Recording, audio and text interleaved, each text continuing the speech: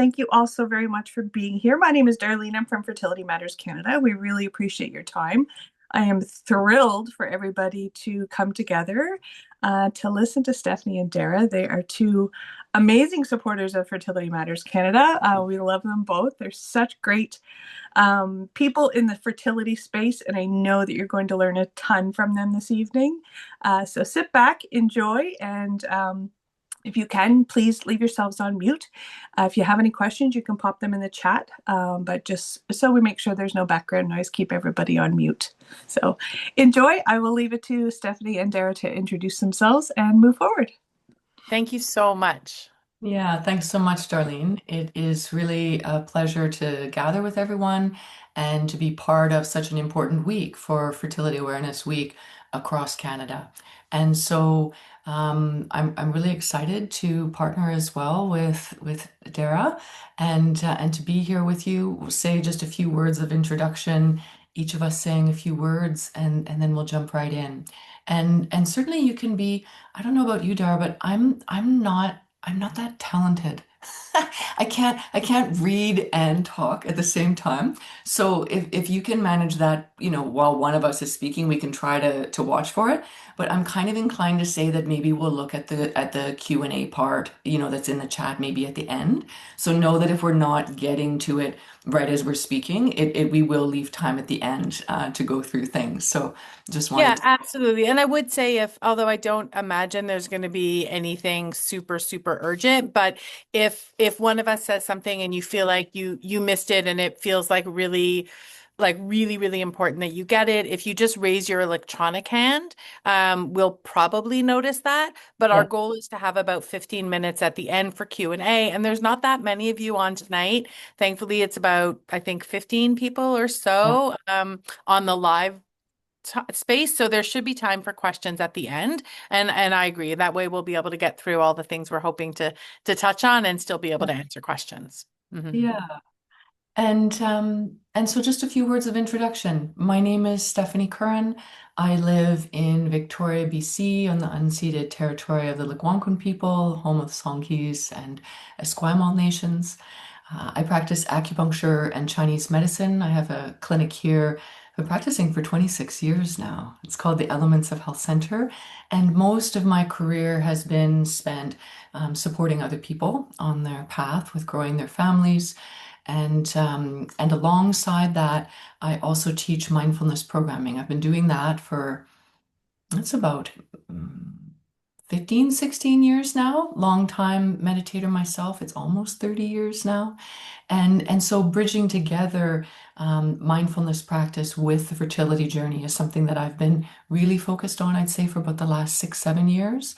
And then something that I'll just share of a personal note is that, I spent much of my career supporting others. And then, as life has it, because 1 in 6 of us will experience this, I found myself on the path as well. And it took me 3 years and a couple IVF cycles and surgery, and do feel very blessed that I get to be a mom. I have a daughter who's 13. So just wanted to name that professional experience and the lived experience, and that how we'll be speaking today, and some of the tools that we'll be providing aren't just theoretical. There's something that I've supporting others with, but also have lived and touched in on myself. Yeah. Thank you, Stephanie. I'm so pleased to be doing this with you. Stephanie and I have met each other numerous times at industry events and conferences, but this is actually the first time we're doing something together because we live on different coasts. So I'm in Toronto. I'm a registered social worker and psychotherapist, registered in a few different provinces and living in Toronto. I've been practicing for about 25 years, and I have a mental health clinic focused entirely on reproduction called Informed Fertility. And so the whole clinic, all of us at the clinic, are mental health practitioners focused on fertility. I also have my own lived experience, as many of us do. So I was a social worker working in women's mental health, and started trying to conceive and had my own very, very long journey. Ultimately, I did 6 IVF cycles over many, many years and ultimately had my children through gestational surrogacy. So my story also includes endometriosis and surgeries and a variety of things that some of you may also be familiar with. In my practice, and we'll get to this sort of at the end when we do a bit more of an introduction about some of the things that we have. So I run support groups and do couple and individual counseling. I'm the past chair of the Canadian Special Interest Group for Canadian Fertility and Andrology Society, and an instructor at Wilfrid Laurier University teaching courses on fertility counseling. So I think for both Stephanie and I, this is something that is a personal and professional passion. And I feel like I could speak for both of us to say it's so amazing to be able to have this opportunity to share in this kind of venue this week, Canadian Fertility Awareness Week in Canada, and actually National Infertility Awareness Week in the States. So it's really across North America, this end of North America, that we really have an opportunity to speak and to share some of the tips and tricks that we utilize ourselves personally in times of great stress and distress through our own fertility journeys, and that we share with our clients when they come to us for support. And so it's exciting now to be here today. And I wanted to ask Stephanie, I mean, I think you sort of intimated this in your introduction, but is there something specific about this event this week that made you want to do this? Because you reached out to me. And I think that that's an interesting place for us to start. Yeah, and I love that you were starting there because it is this joyful thing to connect together and to bring together our two passions, both professionally and and how we're supporting people and feeling just this alignment. Like when Dara and I first had a conversation, I think it was supposed to be for 15 minutes and we didn't get off the call for like an hour or something. It just was like, oh yeah, this and this and this. And so what speaks to me is it just feels like even though for me, it feels so much more than just the career and the path and the people that I'm supporting. It feels so much more than just my own personal lived experience. Because my daughter's 13 now, coming up 14. You know, I could have moved on, right? And not be showing up in the community and in the space this way. But it still just feels like something that that it still feels so lived within me. It feels like it should be a basic human right to be able to grow and have a family. And the fact that there are still so many barriers for so many people, really, it just like at a fundamental core level in terms of my values and my ethics and what I believe, still feels like a rub. So for me, that is one of the pieces of it, is just that advocacy of knowing so intimately, both from my own experience and from listening and being with others, just how unbelievably isolating it is. And I know how healing it is when we come together in spaces like this, and whether you're listening to the recording or whether you're here live, even though, you know, we're not seeing each other's faces right now, everybody's cameras off, there's this feeling immediately. It's like, oh, not just me. You know, Mm, I'm not alone in this. And this is mm, why I thought doing this, particularly during the Infertility Awareness Week, it's poignant. There's a lot of momentum, there's some energy, and and there's a way and a means to share, mm, and to be together in community. mm-hmm. Yeah. Yeah, that makes a lot of sense. And how about for you, Dara? What calls you Yeah, to I would say collaborate in this way? echoing a lot of what you said. I think, one of the things that I think is there's a million things that are very misunderstood about experiencing infertility and reproductive loss. Um, One of them is a misunderstanding about the depths of emotion that it brings up, the fact that it touches on every aspect of somebody's identity in a way that is very different, I think, than any other health condition. And of course, to be clear, infertility, recurrent loss is a medical condition. And I think with very few, if any, other chronic illnesses, let's say, is there the same level of misunderstanding, the same expectation that you sort of smile and that your stress is causing it. Um, and the same level of expense, right, in terms of what it means when you're paying out of pocket for so much of this. But the other big thing that I have found to be a real sticking point with me is that there's also an assumption that things are always successful, that, oh, you're doing IVF, how exciting. No, Yes. not really, right? Or, oh, once you have your baby, it'll all be worth it. This'll all be behind you. And the truth is, for some people, when their journey is fairly short, from trying to conceive to IUI, and if they're successful fairly quickly, then hopefully and truthfully, for many people, it might be in the rearview mirror, and that is an amazing, incredible blessing. For a lot of people, and I'm certainly in that boat, even when you do have a happy ending, which hopefully for many people they will, it's not really in the rearview mirror in that kind of way, because having a baby doesn't resolve infertility. Having a Yes. baby doesn't solve miscarriage or infant loss. It solves not having a baby.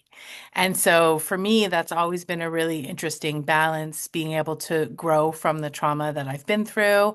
And I see day in and day out the people that I work with, whether they have success or not, being able to move on and move forward and grow from the trauma that they've been through, and it still stays a part of who we are. And so, like you, I think we can choose what we do with the experiences we've had. And for me to be able to connect with the people that I work with professionally, in terms of colleagues and in terms of clients, and to walk with people in their journey is something that brings tremendous meaning to my life and to my own personal journey. Yeah. And I appreciate how you've named that, Dara. Like for me, I remember when I found myself on the path of feeling like just how much it was rocking my world, just what the internal landscape and Yeah, then as a result of the internal landscape feeling the way it did, it's like then that impacted how I was viewing the world, right? And the of external landscape course, changed and relationships changed and of so course. many things as you named, it's like it touches on so many aspects of identity, who we are, how we are in Yeah, community, all of it, and how we are in family, friendships, workplace, all of yeah, it. And yeah. I really felt this inner resolve within myself of like, I don't know how this is going to work out Hmm. because we can't. And that's part of the rub that just, is so painful is the not knowing, Of right? course. And the part of like, so given that I don't know the outcome, how can I find a way to be with this? That there's a sense of okayness within myself. Yeah. And for me, I'm partnered. I'm married. I have a husband. How can I make sure that my relationship has legs to stand on at the end of all of this? Because I've watched this in my 26 years of my career as well. It can crumble relationships, through the process or down the road. It's part of, if you're not tending it well, is it can start to erode, right? And if Yeah. we're not taking care of that, that builds up over time with all the other things that life is throwing at us because life keeps lifing, right? Yeah, absolutely. Although I will say that actually studies show that it does bring most couples closer together Yeah. as opposed to bringing them further apart. Yeah. That said, there are definitely various touch points along the way where things do feel really fragile, because even within the best of relationships, people are experiencing things differently. Typically, one body is the treatment body. Even with a lesbian couple doing reciprocal IVF, where they're both undergoing treatment, they're both not doing an egg retrieval at the exact same time, right? Yeah. So there always is one person's body that is undergoing more and in different ways. And so being able to stay connected to the things that can help you feel better in some ways is important. Although I do want to say a couple of quick things about that, which anybody who's ever heard me speak has heard me say it 1,000 times. Stress does not cause infertility. Yes. Right. And I know that you feel the same way. In fact, it's actually one of the things that made me really feel aligned with you at the beginning. I remember we had that quick conversation because you'll hear different things from different practitioners. And so I always, whenever I'm talking about stress and about mindfulness techniques and about all the different things that we're going to be sharing today in terms of tools, I always like to really emphasize that the goal of being able to do these things is not, unfortunately, it's not because then you'll be able to get pregnant or stay pregnant. That is what we all hope for, but that's not what this is. What this is a recognition that for many people, this might be the hardest thing you'll ever go through in your whole life, right? And studies show that one of the top reasons people drop out before they're successful, why they stop fertility treatment, is psychological. Yeah. Right. So when I look at the work that we do and I think, okay, well, what is what we do? Like, how is it helpful? Because it isn't about reducing stress to get pregnant or stay pregnant. It's about managing stress, managing uncertainty, as you called it, Yeah. right? Yeah. So that you can do all of the hard things that you need to do to be able to get to where you want to go. Yeah. Be able to Because stay the course, right? Yeah. exactly, because if it's not manageable, you're not going to keep doing these really, really, really hard things. So I always think it's just so important to frame it that way because I know that there is so much noise out there about, oh, it's not going to work if you're so anxious and you just have to reduce your stress and you just have to relax and all of these like ridiculous things that people say primarily to women that ultimately just puts it back on us as opposed to saying, no, the goal of going for a really lovely walk or doing a mindfulness exercise is not to make this better. It's not to have a baby. It's to make that moment better. So, with enough of those moments, you can keep doing what it is that you want to do to be able to have the life that you're hoping for. Yeah. And I always say it this way, it's like this is where we live. Like this is our home. And so how can we accompany ourselves in a way that feels gentle and kind and supportive and um, regardless of outcome, right? And that feels like a tall order, and I know that it feels that way with fertility, but if that can keep being the home base that we reference to come back to, it's like, how am I accompanying myself right now? Yeah, that's such a beautiful way of thinking about it. I've never heard that language in terms of describing that idea of your body, your own sense as your home. And it's really striking me because through this process, our body actually feels like the enemy, right? It Totally. feels like it's letting us down. It feels like it's broken. It feels there's so much blame and shame and guilt linked in with our bodies. So that reframe is so beautiful to think about like this is my home. It's the only home I've got. And so what does that mean in terms of how I'm going to think about it and treat it while I'm going through this time? That's really beautiful, Stephanie.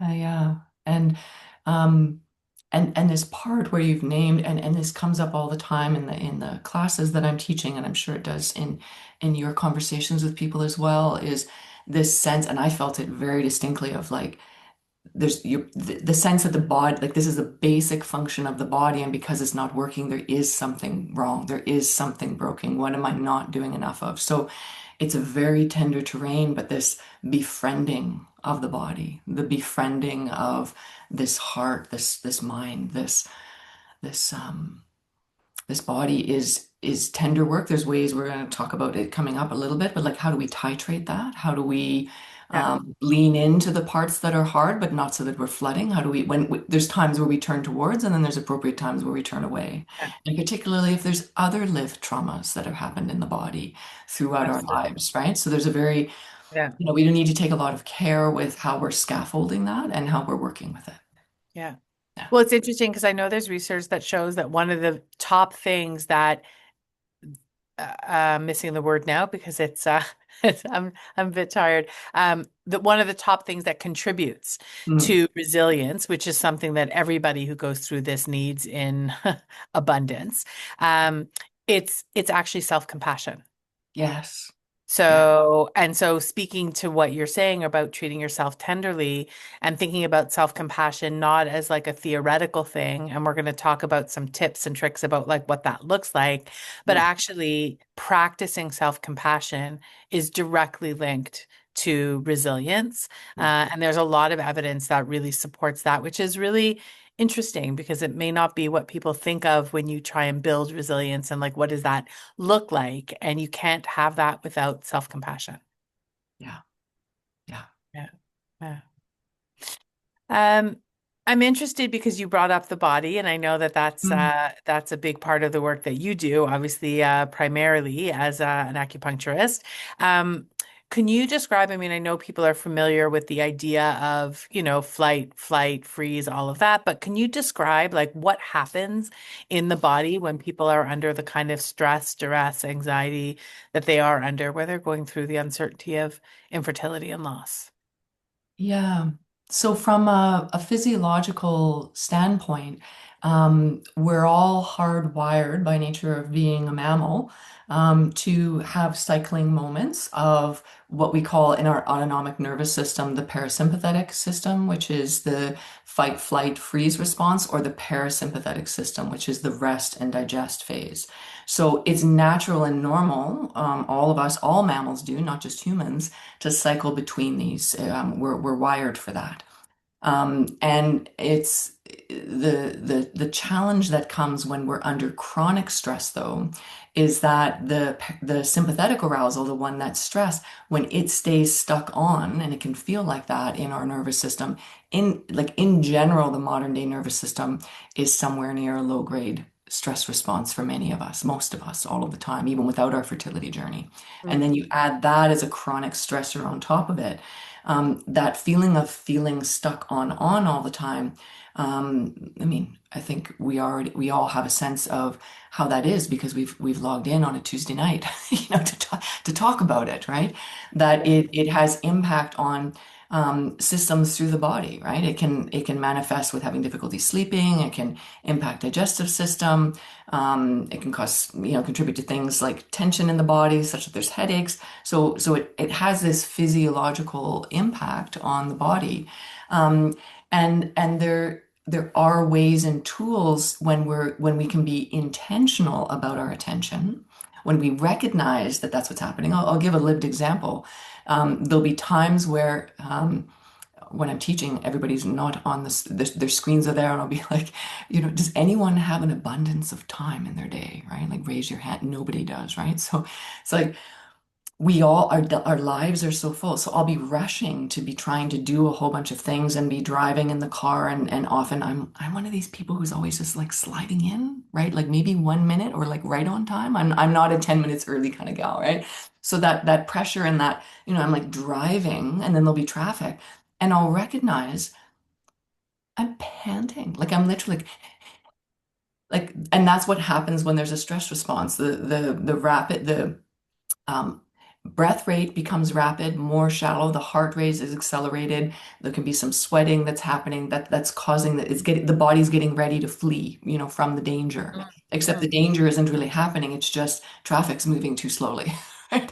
And there can be this like panting, and I'll recognize that I'm actually gripping the steering wheel. Do you guys know that the car doesn't go faster when you're gripping the steering wheel? And so it's like, but there's this choice because I'm aware that it's happening. We're not just caught it lost in thought, which studies have shown 47% of the day the average adult is not fully in the moment that they're in. Mm, mm. So I think if we applied that same study to a fertility population, don't you think that number would be higher? Right. Absolutely. I Totally. mean, it's So, so so in there's the choice point, right? It's yeah. like the recognition, and then they're like, oh, I can release the grip. I can take a longer breath in and a longer breath out, which automatically starts to change the physiology, right? Yeah. Into that rest and digest. And we're going to titrate. We're still going to, be back and forthing with it, but there's a way to consciously attend to it. And I'm sorry, I interrupted you. What were you going to say, Dara? No, I was interrupting you. No, go ahead. I was just going to say that I always think it's so interesting to think about our anxiety and our stress response as adaptive and Yes. recognize like actually your body isn't an enemy, your brain that's sort of spinning and keeping you up at night, it's not trying to torture you, it's actually trying to help you. Every Yes. system in our body is designed to try and help us, to try and save us. And so, what does that mean where we say, okay, like that was helpful here, but actually now it isn't helpful. Like now my brain is no longer able to recognize true, active, right now danger from Yes. an overall feeling of danger. Yes. which is why I feel panicky all of the time. And that idea that, anxiety is not about what's happening right now. Anxiety is about what has already happened, that you're Yeah. bringing forward, not just into the present, but into the future. So, what can we do to prepare ourselves for the future? Not emotionally in some ways. I don't know that we can really do that, but prepare ourselves for some things and really try and stay with where we are so that our suffering isn't as high. And again, I feel like when I was going through this, one of the things that I think people really missed was in suggesting I do things, was this sense from people that if I did it, I would feel better. Right. Like, but if you would just go for a walk, you'd feel so much better. If you saw your friends, if you went for family dinners, like you would feel better. And I was like, unless there's a baby at any of these events that I can take home, none of that is going to make me feel better at all. And actually, a lot of it is going to make me feel worse. What nobody ever explained to me was that this is not meant to make this better, right? Yeah. Like when you take that deep breath and release your hands from the steering wheel, it's not making traffic better. It's not going to make No, you get somewhere on time. no. It's just going to make that moment for you, it's going to bring some ease into that moment so Yeah. that when you look back on that drive, you don't only have your stress and tension and the road rage of the car next to you. You also have an audiobook that you're listening to Yes. or breath that makes you feel calmer and more grounded. Like it's the Yeah. idea of bringing things in, Yeah. not to change that, but to Yeah. make this more manageable. And this is one of the That's things what's that so I powerful. was totally, and this is one of the things that mindfulness practice and the self-compassion practices can really help us cultivate is this sense of number one, recognizing what's happening as it's happening, right? So Yes. that immediately creates more space around the situation because you have more of a view of it. And then there's more choice rather than just being caught in it. There's then some choice in, well, how am I going to meet this? How am I going to respond? And that's where the compassion piece can come in. And the view of that, you and I talked about this as one of the things we bonded on as well, because it's a rub for both of us. It's like this whole idea of toxic positivity or putting some kind of veneer of something over top of it drives both of us cuckoo bananas. And Oh, so, yeah. like the sense of saying, yes, actually, it is like this right now. It is this hard, Yeah. tending to that.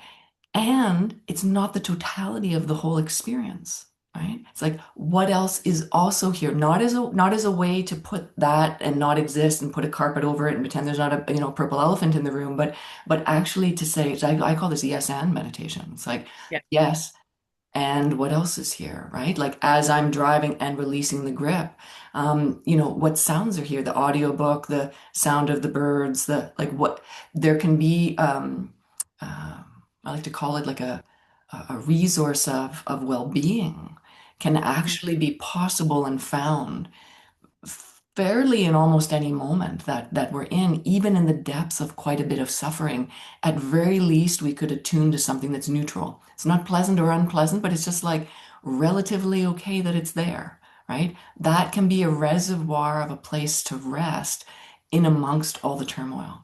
So that we're not looking for blingy like wow, because maybe that's not the season of life that we're in, right? Yeah. That a bunch of the time it actually is more down here, not rocking up here, right? But where is it? It's constantly changing, actually. And where can we rest in places that feel relatively okay, that feel safe, that bring comfort, where there's a sense of ease? These are all words that I keep hearing you name, Mhm. Dara, and I think they're really helpful to be aware of. Yeah. Yeah. Yeah, and I think also to help set people's expectations, people say to me, and I'm sure they say to you as well, like I get messages saying, I'm not coping well. I don't understand why I'm struggling so much. I know people have it worse and people have this and people have that. And I'm like, I think for most people, it's not about not coping well. It's about this might be the hardest thing you've ever gone through. It is objectively hard. Yes. Like there is no thing out there that's going to make it not hard Yeah. because it is hard. Um, if this has added to trauma you already have in your life, if this is new trauma for you, if you have a pre-existing mental health condition, if actually this brings on a mental health episode for you, that is objectively speaking painful and hard. You Yeah. are objectively speaking having things happen in your life that might be distancing you from your previous support systems. All of Yeah. that is true, It's right? And true. so I It's think just normal. being Yeah. able to say, like, you're not doing anything wrong. There are Yeah. things that we can do that can help you move through this in a way that feels like you have a bit more control, like you can find a bit more meaning and comfort and strength. And it's just really, really, really hard. And for a lot of people, really terrible.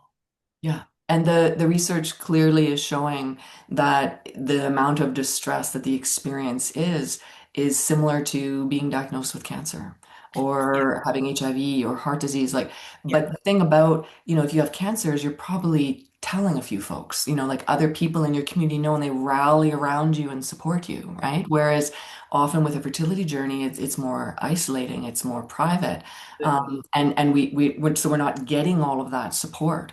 And so, yeah, that's one of the challenges, and it's one of the things that we wanted to talk about a little bit today is, some of the nuances of how it impacts relationships, how it impacts social Mhm. gatherings, how do we plan and prepare for that? How do we deal with it if we're triggered right in the middle of it? How do we recover on the other side? Mhm. Bringing some of that conversation forward. And so I wonder, Dara, if you could maybe say a few words around um, these things called boundaries.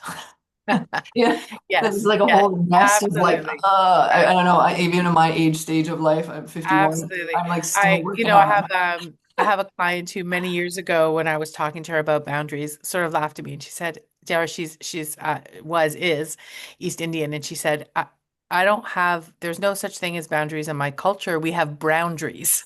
And I laughed because I'm Jewish and I feel like we also have boundaries. So I think it's useful to think about it in two kinds of ways. One is that something that people often think about as a boundary isn't actually a boundary. A boundary isn't about somebody else's behavior. A boundary is about your own set of standards. So, me saying to you, I don't want you to ask me about how my IVF cycle went.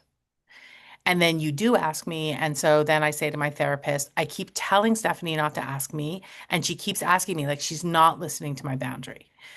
That wasn't a boundary. That was a rule that I was trying to make for you. A boundary is, I don't want to talk about this. And if you do, I love you, but I'm going to hang up the phone. Mhm. I don't want to talk about this. So if you ask about it, I'm going to leave the room. Yeah. And I'm not saying these things lightly. Boundaries are incredibly hard to set. And when you do, people don't like them. Because typically you need boundaries when people are doing things that are making you uncomfortable. And often, especially in this realm, it's things they've always done. Ask you questions about how you are, expect you to show up at family occasions and at social events. Like, oftentimes, people aren't doing things that are out of the ordinary for your relationship. It's just no longer working for you. So, the idea of a boundary is figuring out what is tolerable for you, what is not, and what are you going to do about it. And the important piece of it is to recognize that there is always a consequence. So if I say to somebody, I really don't want to talk about this, and if you keep asking me, I'm actually going to end the conversation. If you do end the conversation, there's a consequence. Their feelings may be hurt. They may be pissed off at you. They may be frustrated. You may feel badly and guilty and upset. So, this is where I think it's helpful to come at it from a harm reduction perspective. Mhm. There is no pure winner here. Like, if you care about your family and you set up boundaries, you're going to feel badly and sad. You know, I stopped going to baby showers. I stopped going to all my family dinners. We had family dinners once a week. I Mhm. stopped going to family dinners. I stopped going to holiday dinners. It's not like I was having fun not doing those things. Yeah. It just was more painful to do them. So, that idea of saying, okay, this is how I'm going to manage myself, that is what a boundary is. And so comes with a cost, it comes with a consequence. And so part of it is recognizing that right now, do you have the bandwidth for that consequence to be your pain or theirs? Somebody is going to be disappointed and hurt by the boundary you set. If you don't set it, you're the one that's going to be hurt. You're the one that's going to have your battery eroded. Mhm. So sometimes it's about taking a breath and realizing that you have value. It's that self-compassion piece, right? That you have value. You deserve to do things that make this journey feel lighter for you. And so self-compassion isn't just looking in the mirror and saying, like, I'm a good person. Look, Mhm. Mhm. self-compassion is action. It's doing something. Yeah. It's Yeah. setting boundaries to protect yourself.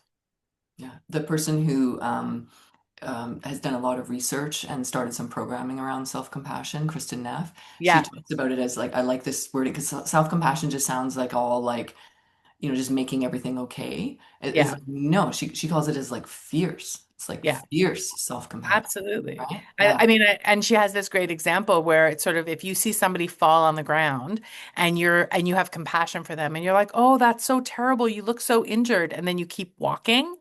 Yeah. That's actually not compassion. Yeah. Compassion is when you stop and you go out of your way to help them. So then Yeah. you think about that. What does that look like when it's towards yourself? Yeah. Fierce self-compassion is it can't be easy. It comes at a cost because it requires you to prioritize yourself, which is something that a lot of us are just not used to doing. Yeah. And when we bring these practices in, I'm sure you find this as well, Dara, is the awareness part. I call it like sort of like two wings of a bird. There's the awareness part, there's the knowing what's happening in the mind, but then there's the compassion part of like, how is the heart meeting that? How is that being tended? And so you need both, otherwise, it's way off kilter. And this sense of the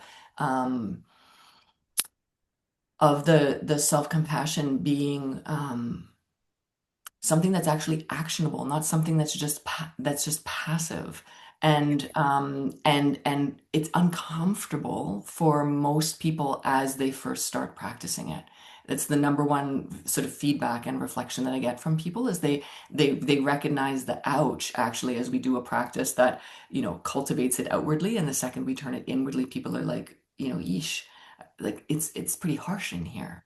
The inner dialogue is can be pretty nasty. I don't know how it is for everybody else's mind, but this one here, it talks smack all the time. Like I would never say out loud to other people some of the things that this one says to itself.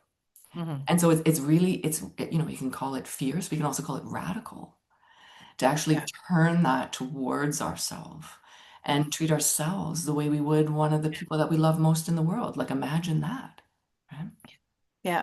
One of the strategies that I used a lot when I was trying, and actually I still use it, as a way of bringing compassion and bravery to what I was doing is I I one day thought to myself, like, I'm working so hard to try and have a baby.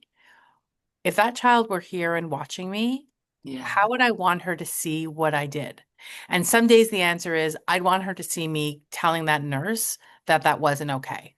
That Yeah. actually the way she spoke to me or the way she touched me was uncomfortable or didn't give me enough time or whatever. Like I'd want my child to see me advocating for myself. Yeah. Other times I'd think I'd want my child to see me doing this or doing this. But a big piece of it was I would want my child to know that they deserve to take care of themselves. I Yeah. would want my child to learn compassion for themselves. I would not want my child to be as hard on themselves as Yeah. I am on myself in this moment. And so I did find that it gave me a real sense of kind of purpose and courage in moments to just sort of think about it from a different perspective instead of my own. Like, what would I want that little human I'm trying so hard to make? Yeah. What would I want them to see about how I am towards myself? Yeah, that's beautiful. There's someone that I studied with, Randine Lewis, on the Chinese medicine side of things for fertility, who the quote that she had that was lovely in a book that she wrote, um, something to the effect of that the greatest gift you can give your potential child is your own kindness and your own presence, Yeah. your own care. Yeah. Yeah. So I always say to people, like, if you're having trouble doing that for yourself because you feel selfish or you feel like you're hurting somebody else that you care about, or all of the complicated things we feel when we feel like we don't have the right to give ourselves that compassion, Hmm. then I would encourage you to sort of jump into the future, into the life that you're working so hard to have. And remember that your goal is to have a human who's going to be watching you and learning from you. And this is such a great place to start that process of really, as you said, like radical self-compassion, not just for them in the future, but for yourself now. Yeah. And I wonder, maybe we could spend a few minutes here before we open it to any questions of, what are some of the places and times and situations, Star, that you see or you hear people talking about most often where there's, it's high trigger potential, right? And then what are some of the ways that we can meet that? Yeah. That like some scripts, some like some good one-liners, because Yeah. that's one of the things that I really coach people with, and have found myself that if you're going to go to a family dinner, you're going to anticipate that somebody is going to maybe ask or inquire, and we know our families of origin. Sometimes it takes us off guard, but we can sometimes anticipate it. And things like weddings and, different holidays are more fraught with it, can tend to be, especially if you haven't seen people for a while. Yeah. And so just wondered your thoughts there. We could start that conversation. Absolutely. So, I mean, I think for most people, it sort of, I think to some degree, evident what some of those would be. And it's about the intentionality that you said, right? So, family dinners, social events, announcements, pregnancy announcements, work, where work can be the hardest because you can decide not to go to somebody's baby shower, but you can't not go to work. Yeah. And for a lot of people, especially if they work in women-centered fields, they might be working with 4 or 5 or 6 women who are all pregnant at the same time. And with your friend group, that's also happening with your sisters and your brother and your cousins, like that's also happening, but you do have more choice with how you can try and avoid those situations. So work is definitely a really big trigger point. And I think you really touched on a big part of it is, okay, how can you be intentional? Right? Like, what does that look like? So, if you have a workplace that typically does, baby showers before people go on mat leave, do you have a relationship with a supervisor or a boss where you could ask to be told in advance when that is so you can call in sick that day? Yeah. Um, if you know that it's an event for a specific kind of thing, as you said, like a friend's wedding or a family dinner, who are the people that are going to be there? What do they know about your situation and what do they don't know? And so how can you prepare in advance practically? And so I think that's something that you're touching on in terms of those scripts. Um, so I would say I like people, and it sounds like even though we've never talked about this before, Stephanie, I feel like we're on similar paths. I suggest people have 3 kind of tiers. I think of it like a stoplight. About how you're going to respond to questions. So the first tier is very non-committal, showing very little emotion except for maybe a lightheartedness. So that might be a response like if somebody asks you if you have children, you could say, nope, nope, not yet. Or if somebody says, are you planning on having kids? Or, TikTok, what's happening? You could say something like, you'll be the first to know, but nope, nothing yet. Like just really light, no information at all. Hmm. That typically tends to be how people start off. Yeah. I did that for a long time before I started feeling really upset about saying it. I'm superstitious and it sort of started to feel like, am I putting that out there that I'm not ready yet? Like it started making me uncomfortable. And I was also uncomfortable at the fact that I would have this interaction and people would think it was a nice interaction and I would go in the bathroom and cry for like an hour. So then I was like, why am I the only one that's uncomfortable? So then the next level is a bit of truth about what's happening, but still keeping your tone a bit light and pivoting away. So that might be something like, it's not happening as quickly as we had hoped, but we've got a great doctor and we're feeling pretty good about it. And how about you? I heard that you were going somewhere really great over the holidays. Hmm. Right. So Hmm. you're bringing some honesty into it.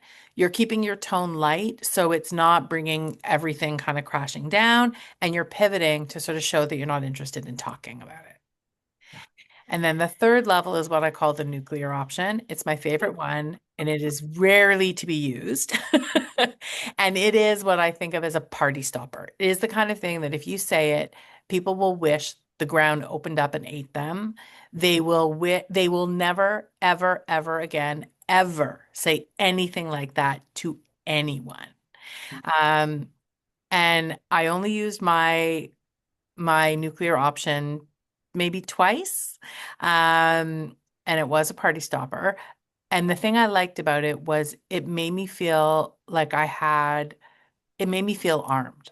Like when I was walking into an event, beforehand, I just felt naked. I just felt like I was walking into these events and I felt like people were slinging arrows at me unintentionally Mm. and that I had no ability to protect myself. And that whatever people threw at me, I just had to take it because I had to be polite and I didn't want to make people feel badly. Mhm. And so my nuclear option was actually sort of actually, if somebody's going to ask me a question that's hurtful and personal and intrusive, I don't actually have to protect their feelings. I could just say the truth of this, right? I could just say, actually, I'm in the middle of having a miscarriage. I'm actually bleeding right now. I could just say that. I could just say, actually, I don't have a uterus. Like I could say any of those things, right? So again, the nuclear option is more about a sort of self-protection. But it did make me feel, uh, it made me feel better going into those situations that I wasn't just without an ability to protect myself, that I did have the right, if I wanted to say those kinds of things. And it did make me feel more in control of situations. There's a couple things in what you said there, Dara, and I use these sort of three lines, Hmm. levels of it as well. And I heard somebody in a workshop say one time, their nuclear line was, although they didn't call it nuclear, I love this though, is because it's so personal, but somehow people aren't aware how personal it is. Mm. To ask somebody about it's essentially it's part of your sexuality, right? And so their kind of suggestion, and I always chuckle when I think about it, is if somebody says, so when are you going to be having kids? You can just be like, I don't know, but how did you have sex last night? How was it? Just just like flip it right back, and as you're saying, just make the other person uncomfortable. Like it immediately points to like, whoa, that's Yeah. way personal. You shouldn't have asked that. Just like I'm not going to ask you about your, did you have an orgasm? Right? Like, Absolutely. And I feel like for me, those nuclear options, it isn't even about, although it does make people uncomfortable, but it isn't yeah, even about the goal of making somebody uncomfortable. It's no, just that if you're going to say to me, yeah, you're not getting any younger, what are you waiting for? Then yeah, why is it my responsibility to laugh and smile? Why can't I say, actually, I've done multiple IVF cycles that haven't worked. There's something wrong with my uterus, and I have endometriosis, and my partner has an issue with his sperm. yeah, Like what is stopping me from just saying that, not to be cruel, but actually, you've asked me a very pointed question, or you've made a bit of a snide remark. yeah, I I could just answer it if I wanted to. yeah. It- And the other piece that you said in there that I know that I found myself. Thankfully, I didn't have too many situations where people said things that were hurtful or harmful. Mm. But I hear all kinds of doozies, Oh coming yeah, from like it's just like, 100%. wow, somebody said that to you. I'm so sorry, right? So, but one of the things, and this can come from not even a fertility journey. This is just people moving through their lives. Yeah, Is I often I'm not great at it when I'm triggered right in the moment, but part of the repair and the recovery on the other side is to recognize that the vast majority of the time, the vast majority of the time, people just aren't aware. yeah, They've got their own goggles on. They've got 100%. their own lived experience. They've got their own habitual patterning. They come from their own families of origin. I love this, Yeah. the East Indian, the what was it calling? The Boundaries, boundaries, right? Like there's cultural context, there's family context, there's 100%. individual context, there's maybe mental illness within families. There's not good coping skills. A whole bunch of it's going to be maladaptive, right? Um, and so really this perspective of like that felt really personal. It was deeply about me. I felt that. But the other person may or may not have. It's like, really, everybody's a bit of, we can view it this way, everybody's doing the best that they can, you know? Yeah, So absolutely. some of those comments, like when my dad, when I told him, he'd been hammering on me for, so when's this, every time I talked to him, when's this stork gonna fly? Like he just was constant with it. And then one day I finally did tell him, it's not happening, Dad. Like I'm about to start an IVF cycle and it's actually really difficult. And he immediately, his way of dealing with it was he's like, oh, well, having kids isn't, the end all be all of anything. And then just like carried on. And I just like about dropped the phone. I wasn't one to one in person with him, but I just about dropped the phone. I got off the phone with my husband. I was like, can you believe my dad? Like I had a bit of a cry for a second. I was like, can you believe he just did that? Like, what the heck? It was so dismissive. And after Chris held me for a little bit and, cried and stuff, he's like, you could view it one way though. It's like, that was his way. It's weird, but it was his way of being sweet, of trying to take the pressure off. Yeah, yeah. Right? So, I mean, so that idea of like, and not to wash it or make it okay or other people like that's where the boundary part comes in. It's like, no, I don't like being treated like that. Actually, thank you. And actually, that hurts when you say it like that. No, thank you. Right? So there's this way with it, but holding a little bit of that view of like, wow, that person has something else going on for them. It's actually not about me. It's impacting me, but that's actually theirs. You yeah. know? Yeah. And I think, as with a lot of things, it's just such an interesting balance where you can recognize that that's not okay. You can decide how you want to handle it. And depending on the person in front of you, you can decide to offer them grace. I mean, one Yeah. of the strategies for sure is deciding who in your circle is safe for you to share what you're going through. Ultimately, for me, I realized that there were three possibilities with my friends. One is that I didn't tell them what was happening. Their inadvertent comments would continue to hurt me so much so that I would then not be able to be their friends anymore. I joked with my husband that I wouldn't be able to be their friends anymore because I'd murder them and I'd be in jail, and I would also not have a baby because I'd be in jail for murdering all my friends. Mhm. So I could not say anything. They would continue to hurt me, and that would eventually wreck our friendship. I could tell them, and they could respond poorly, and that would then end our friendship. Yeah. Or I could tell them and they would respond with grace and with compassion in the way I needed, and that would strengthen our friendship. And so ultimately, I realized that there was only one path that would lead me to continue being friends with the people I cared about. And it required me to be vulnerable. And so I thought about the friends in my life, and I encourage people to do this. It sounds really shitty, but think about like which of your friends is worth your vulnerability. Like, which of your friends is worth it for you to go out on a limb and say, this is what's happening, this is what I need, this is what I'm struggling with. And if they don't show up for you in the way that you deserve, that will be unbelievably painful. And that friendship would have ended anyway through this journey.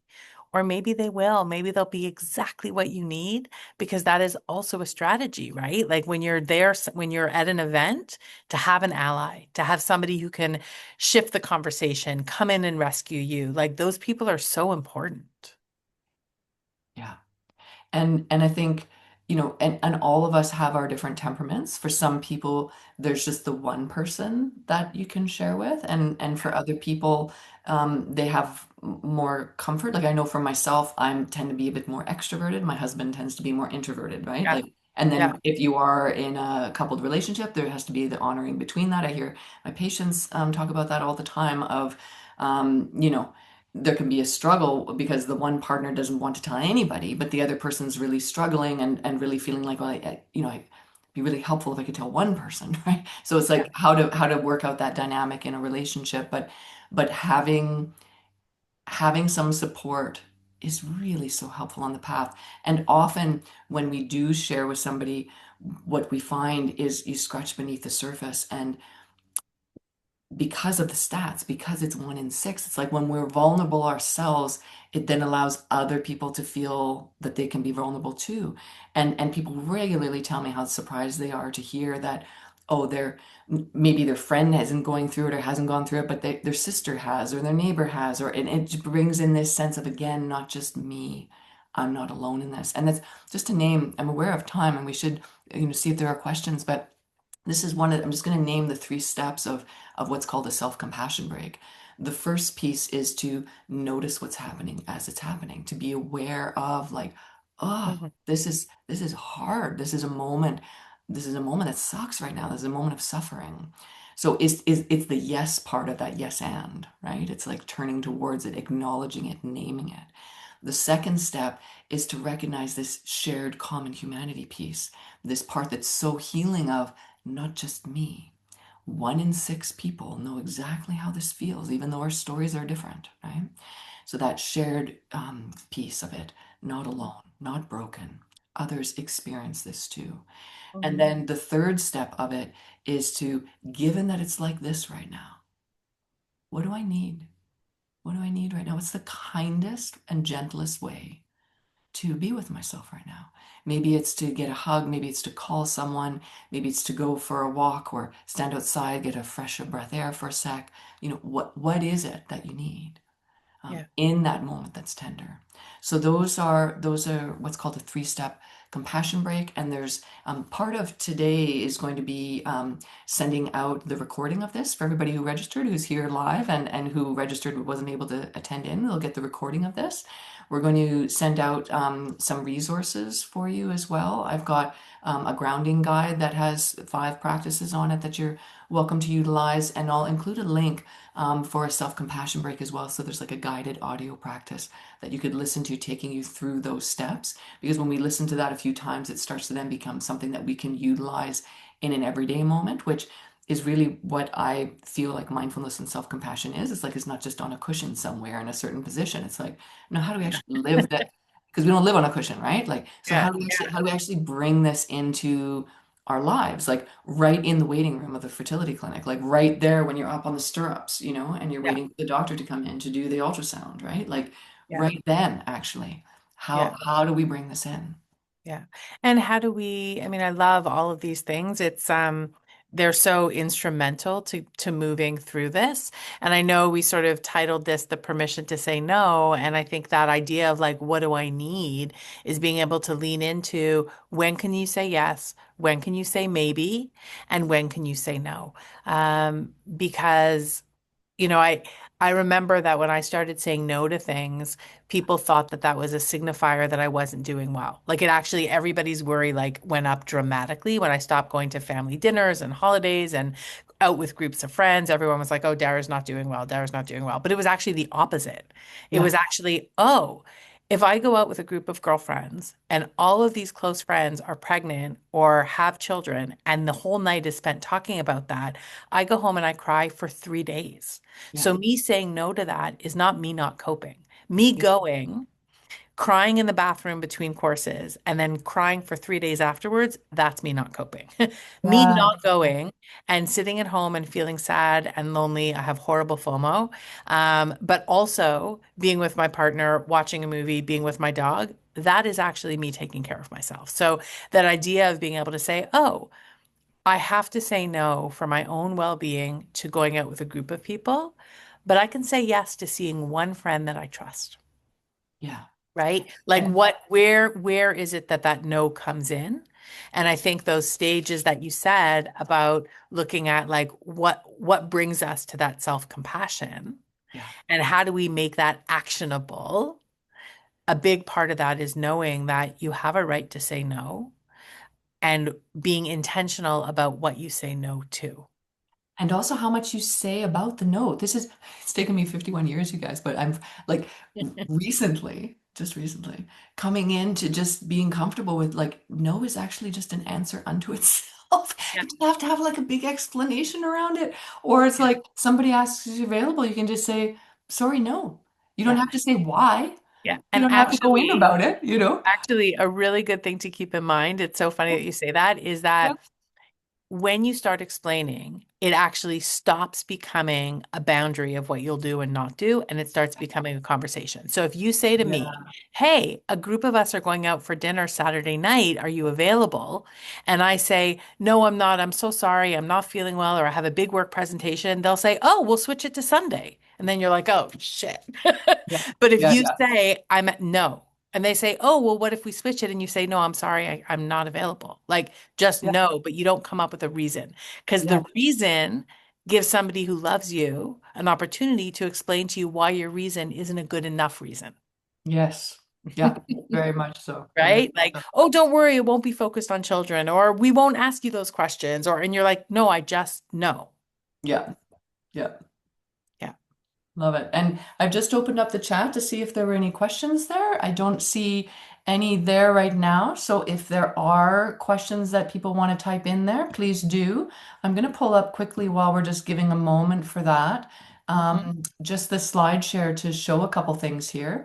Mhm. So this is the Do you programming. have, sorry, Stephanie, I'm just going to Yeah. interrupt. Do you have, can you make it full, like go to the play current Oh, slide? yeah, yeah, yeah. Thank you. There it is. Play from the start. Yeah, there we Yes, go. thank you.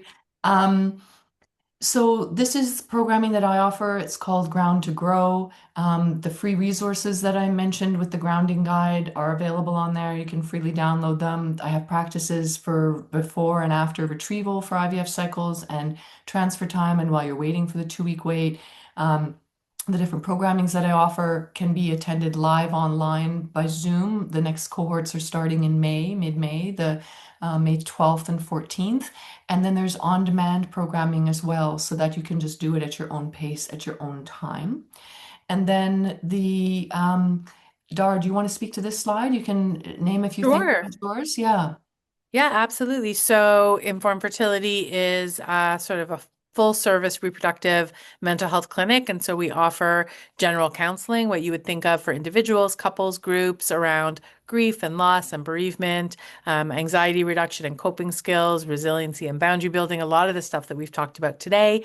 We do support people through pregnancy, postpartum, and parenting, and also moving on when people have decided to stop treatment. We offer implications counseling that's required by clinics for specific treatment options, and also donor and surrogate assessments and friends and family. So we do love when we get call outs from people's parents or friends saying, you know, my sister, my best friend, my daughter is struggling and I want to know how to better support her. So we offer those. And we have a variety of free support groups. So the groups are listed there. They cover all different kinds of categories. They all have WhatsApp groups, so people are in touch throughout the month on an ongoing basis, and we meet on Zoom once a month. So the groups are free, they're incredibly helpful and supportive, and people have built really beautiful community. And we offer services across Canada in English, French, Mandarin, and Tamil. So it's I find to be quite amazing to have the kinds of services that you offer, Stephanie, at the sort of breadth of being able to look at like what are some of these practices that we can bring to really help move us through this time. And I find that the work that we do works so beautifully in conjunction with each other to be Totally. able to have spaces where you can really talk through some of the trauma. You can talk through decision making because it's so overwhelming. Practice scripts with friends and family. And with that, also in conjunction, have all of the sort of respite that I think of to sort of how do you carve out time away from the heaviness of this so that you could learn from the kinds of things that you're offering and then bring that into what's happening with your treatment. So I just love that combination. Yeah. Oh, we do have a question. So I know Yeah. you've got some other slides, but I'll just say the question. Yeah. Do you have a specific script for declining baby showers? I don't necessarily want to share the real reason, but it might get suspicious if I say I'm sick each time. So one of the things that I always, always, always just suggest to people is really thinking about what is the goal of any of these things. So your goal with a baby shower is showing somebody that you know that you care about them, right? So you can do that by showing up at the baby shower.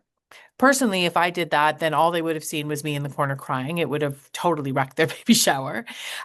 So part of it is finding other ways of supporting that person that you love. So, for example, maybe you're not going to the baby shower, but maybe you think because of the kind of friend it is, maybe you have the bandwidth to go early and help them set up. Maybe you can come late and help them clean up. I always say also with baby gifts, you don't have to buy somebody a baby gift. Everyone's going to buy them baby gifts. Like send them a gift certificate for a cleaning service or Uber Eats, Yeah. right? Like what is a way that you can show this person that you love them without putting yourself in the line of fire? So that question of how do I say no is I'm actually not available, but I would love to be able to come over early and help you set up. Or I'm not available, but are you available the weekend before? I'd love to take you out for a manicure before your baby shower. Mhm. Right? So it's not just a flat no, you're saying this is what I can offer. The other piece of it is figuring out, is it a no in its entirety? Like, can you go and leave early? Can you show up late? Can you figure out like maybe the food part is okay for you, but the opening up baby gifts is definitely not. So you're going to show up at a time where you can avoid that.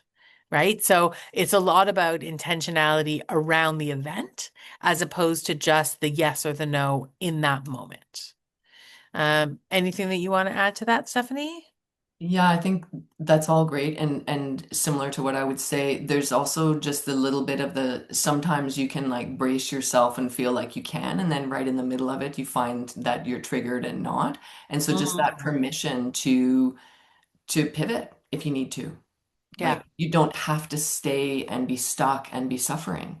You can have any number of reasons why you need to leave. And having a headache, it could be something physical. It could be that you've received, something that you need to attend to. You don't have to get into a whole bunch of the details Yeah. about it, but just to give yourself that permission to step away if you need to. Yeah. Yeah. Yeah. So we've got a two-part question. I'm going to go to the second part first. For Yeah. family members where a hard no isn't an option because it triggers more intrusive questions, what are some low friction boundaries or non-answers that can protect my privacy without escalating the conversation? So this is actually like a perfect example of that idea of boundaries. There is no way to set any kind of boundary without it having a consequence. So when I stopped going to family dinners, I got phone calls from my parents, my aunts, my uncles, my cousins, my siblings. Like everybody who was supposed to be at those dinners would call me to ask me why I wasn't coming and then explain to me why it would be okay if I came. And the only thing that stopped it was me just saying no. And they didn't like it and it made them worried. But I have to say, after the fourth time I said no and didn't come, they stopped asking me those questions. So I'm not saying this lightly. It was unbelievably painful for my family and for me when I stopped coming. So I'm really not saying this lightly. I have a super overly involved family that, like I said, we have family dinners once a week. It's not, and I remember my partner saying, like, why are we going every week? And I was like, oh, we have to. And he was like, what do you mean? Like when we first got married, he was like, what are you talking about? Like we're adults. I was like, what? Like, so I definitely am not saying it lightly, but actually a hard no is an option. It is uncomfortable. It is difficult. It has consequences, but it is an option. So the other option, of course, is telling people something. Yeah. Um, but if you're wanting to maintain real privacy and not tell them what's happening, then the only thing that you can say is, I'm having a hard time and I need to step back a little bit. But that's going to raise just as many questions, Yeah. right? So ultimately, the answer really is saying no and sticking to it. And when people ask those more intrusive questions, saying, I'm really sorry, I know you love me. It's just not something I want to talk about right now. Yeah, that's really And helpful. you That need to last say piece that. that you named, it's like the name, you're naming both, right? You're naming, I know you care about me, I know you love me. And your question is coming from a place of love. And I'm just, it's, Yeah. I'm going through stuff that I'm not going to be talking about it right now, and I'm okay. Yeah. Like you can like some Yeah. kind of Yeah. reassurance of like, it's not because people will worry, people automatically think you have cancer or something like that. Do you know what I Yeah. mean? Like so naming it enough, but just like I, yeah, I'm just not. Yeah. Thank you for caring, and I'm being well supported, Yeah. and I'm not going to talk to you about it, Yeah. One of the things that I found ultimately worked very well with getting people to back off was people kept trying to understand. Yeah, I did like people in my life, people did know I was struggling at that point in my yeah, family. Um, and they just kept explaining to me why it would be okay for me to come. And yeah, ultimately what I said, and I think this works well, even if you don't tell somebody why, is ultimately what I said was, I get it that you don't understand this, and that's okay. I just need you to trust me. Like, you know me. You know me as being a responsible person. I need you to believe me when I tell you I can't come. And I just need you to support that. It's okay if you don't understand. Yeah. And so I think that sort of relieved people of the pressure of trying to like understand me Yeah. and Yeah. just saying, so maybe that's the answer of that no friction boundary is just saying like, as you said, Stephanie, like, I'm okay. I'm doing this because there's stuff going on that needs my attention. Yeah. I know you love me, and I just need you to believe me when I tell you I can't come. Yeah. Yeah, that Right? it's really clear. It's the equivalent of the no without explaining, right? So I really love your language around that. Yeah. Yeah. Yeah. The other question was a really big one that I'm not sure we have the time to really get into. It was about navigating logistics and grief of loss alone, struggling to give myself permission to stop doing all the work when my partner is disengaged. I'd love advice on protecting my heart when the isolation feels heaviest at home. So I wanted to just acknowledge the question. It is an unbelievable painful one and one that I hear fairly frequently because regardless of the level of engagement of a partner, as we started off today in our discussion, we acknowledge the fact that typically there is one person's body that is on the line here. And, I'm always aware of the fact that the sort of solution, air quotes, for male factor infertility is for the female partner to undergo IVF, right? So there is an uneven load here. And so, whether a partner is totally disengaged, partially disengaged, or engaged in the best way they can, and it's still not enough, I do want to just acknowledge that that is a huge thing. Unfortunately, I don't think we have the ability to address that question here. I would say that that's a perfect reason to reach out to myself or another reproductive counselor, to somebody like Stephanie, who could do the work in terms of easing some of the heartache, and to get some of that support on a more one-on-one basis. And that was something that came to me as the question was being asked, and I wanted to also bring it back to the person whose question you just answered as well, is because that when we show up in a different way and we say no and we have a boundary, that it has this consequence that you're just talking about. Mhm. That I know for myself that having the support of a counselor has been really helpful in my life at different times to help be the sounding board for that and for the sort of recalibrating in the system to number one, get clear on what my boundary is going to be, and then to be with debriefing about how it went and how I'm going to choose to keep going. So I Yeah. wanted to name that for myself while I was going through the fertility journey, on the recovery on the other side of it, just in life in general, from being a human being. Counseling is a really helpful support. And for the grief and loss part, the 6 week series that I offer coming up, the classes are an hour and a half, they're online, and we don't get into the details. I wanted to say this as the nuance between what Dara offers with her support groups and what I offer with my classes is that for us, we're not getting into the details of what's happened. We're looking at knowing that we're all here because we've experienced loss, or we're all here because we're trying to conceive. And given that it's like, it's like this, what are some tools and some strategies we can use? And so we're not talking as personally, whereas in Dara's groups, you would be able to ask more specifics and get into more of those details. So just wanting to name both of those places as options for support as well, as long as that as well as that one-on-one piece. Yeah, fantastic. I'm going to read out the last few questions. Stephanie, do you want to go to the last Yeah. slide? Because Well, that way it has our yeah, information. I know. And I also wanted to before we go to questions, just do this one just super fast. Is that if you have endometriosis or know someone who does, I'm going to be hosting a screening of a documentary called This is Endometriosis in these four cities coming up. And it's a 19-minute short film. And then there's a panel discussion that's happening afterwards. It's live in person, and in each city that I'll be presenting, there's going to be a gynecologist, a surgeon, someone speaking from the psychological, psychosocial perspective of it, and a pelvic floor physiotherapist. So Amazing. tickets are going to be available for that by about the end of next week, by early May.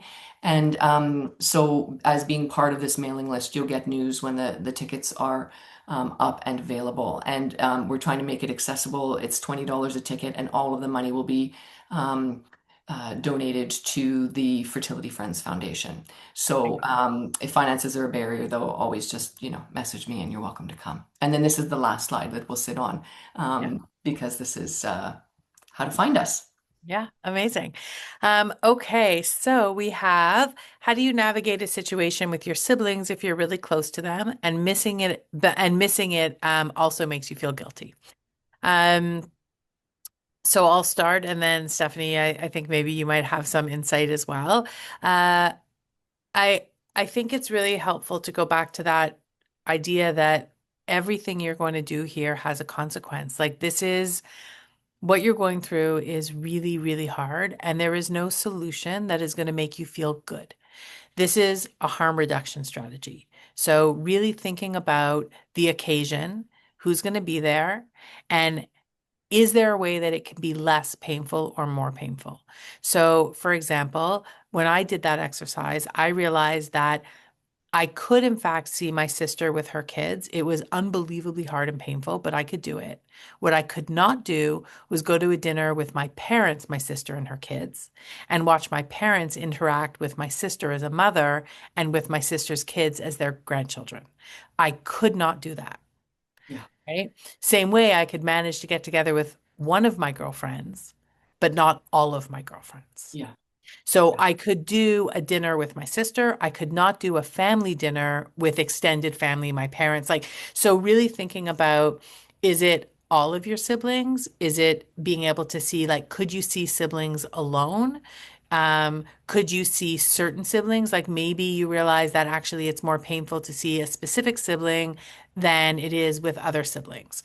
Maybe you realize it is unbelievably painful, but because you're so close, you're going to recognize that. So going into the event, you're not going to be saying to yourself, what if it's really hard? How am I going to feel? What you're saying to yourself is, this is going to be really hard.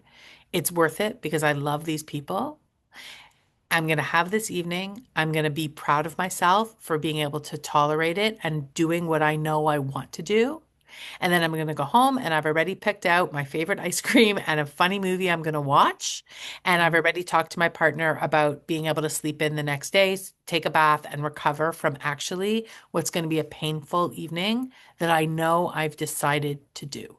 So getting away from that idea of you have to and Yeah. being able to say, like, I am choosing to go to this event because I love these people. I am recognizing it's going to come with pain and this is how I'm going to navigate it. Or actually, I'm super proud of myself because I'm just going to say no. That is not an event that I can do. Yeah. And it's finding that place within yourself of which people or person you've and you don't like necessarily go in all directions. It's like try it out with who you think is the safest person that you feel the most comfort with and practice with them first.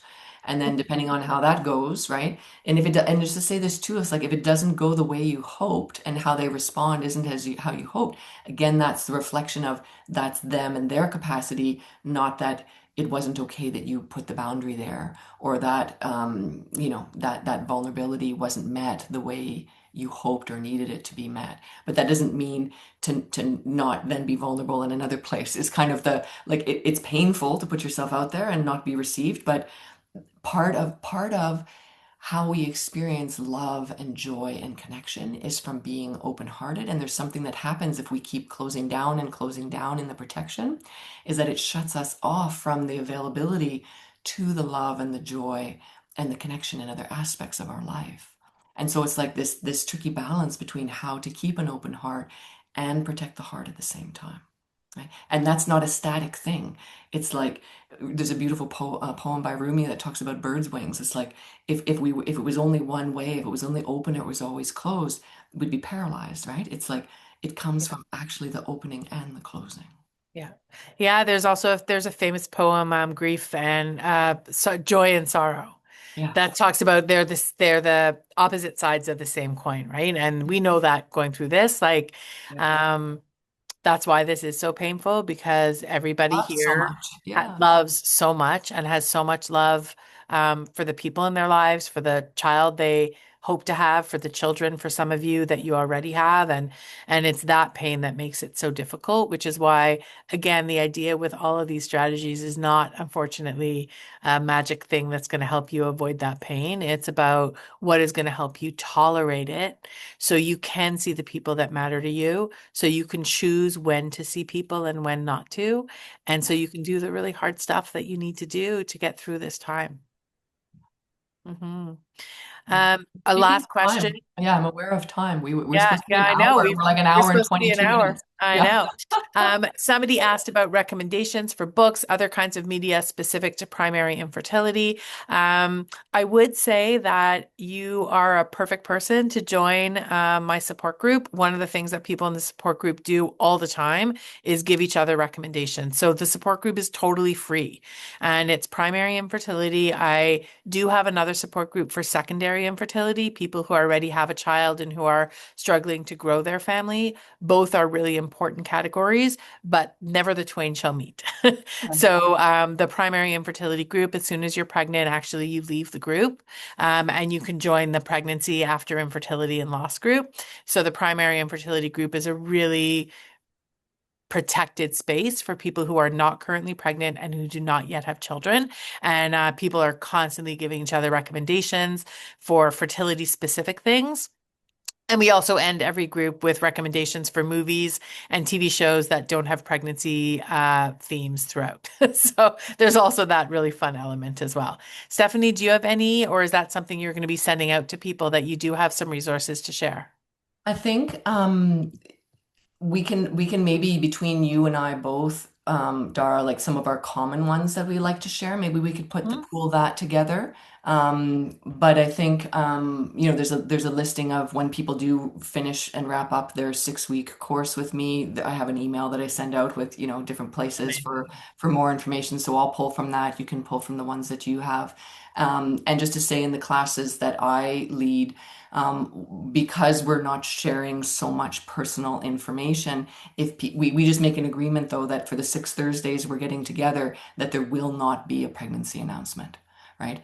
Hopefully people are becoming pregnant. That's the hope for all of us, right, on this path, but that they could share it with me and we'll have a one-on-one conversation. But those early weeks are so nerve-wracking for so many people. The tools are still applicable, but just we're not going to be sharing that out loud with the group. So that's how we hold that. And I'm just seeing all the comments here of people just saying how helpful this was, and one person saying this is the best fertility webinar they've ever attended. And there's just thanks, thanks, thanks, and more thanks happening. So I just wanted to, yeah, just appreciate everyone for those reflections, appreciating that that you've joined us and that we've gone over and you're still here. So I'm glad this was helpful and of value, and we look forward to keeping in touch. Yeah. Any last words, Stephanie? Um, Oh, I just want to appreciate you as well, Tara. This has been a lovely first conversation together and sharing like this. Mhm. And yeah, just would like to say for the rest of Fertility Awareness Week that Thursday is another opportunity to just be in solidarity with this in different cities. If you go to Fertility Matters, do you know what the website is? I'm terrible as I'm about to It's say this. Fertility Matters Canada, or fertilitymatters.ca. Is it .ca? Um, Yeah, yeah, it's .ca, or you can just yeah, look up. Actually, if you look at the top of the screen there, well, it's maybe not the top of your screen, it's top of mine. yeah, Fertility Matters Canada. You could just yeah. Google that, Google that. and it Yeah, has a listing of all the CFAW Canadian Fertility Awareness Week events, yeah. including the Thursday night one that you're speaking about, Stephanie. Yeah, so it's the Light the Night in different cities across Canada, all the major ones. There's going to be different monuments that are lit up green, and at some of the places there'll be folks that are gathering. Certainly, you could wear green that day, and I think just watching the Fertility Matters social media to see other events or different webinars. I keep seeing tons of stuff in my social media. Yeah, absolutely. A lot of people. Um, yeah, and I would say so if you go to the website, you'll see a listing of events, including a listing of which monuments are being lit up in the city that you live in. So you can do that. And then I guess I'd say two last things to sign off from me. One is there's so much stuff this week for the Fertility Awareness Week. It's amazing. it also can be very overwhelming. So just like any other time of year, it is totally okay to sign off of social media. You may not want your entire social media feed to be blasted nonstop because those of us in the industry are posting multiple times a day. And so many people, even people who don't usually post that much, are posting more this week. It is a lot, and that's great. And it also might be too much for you, and that's okay too. Which brings me to the last thing I wanted to say, in addition to a thank you to Stephanie and a thank you to all of you, is just a reminder to all of you that you don't need to feel brave to be brave. And everybody who is going through this, whether you are continuing to go through this, whether you decide to stop, whatever it is that you decide that you're doing, I just want to acknowledge the immense bravery all of you have and remind you that you don't need to feel brave to be brave. In fact, the opposite. I always joke that, if a firefighter wasn't afraid of fires and they ran into buildings, that's not actually that impressive. Like, anybody can run into a burning building if they're not afraid. What's impressive is that people run into burning buildings when they are afraid. So I just wanted to, yeah, just give a shout out to all of you in terms of the courage that I know you don't feel, but yet you're displaying every day in all of the hard decisions that you make. It's a beautiful note to end on. Thanks, everyone.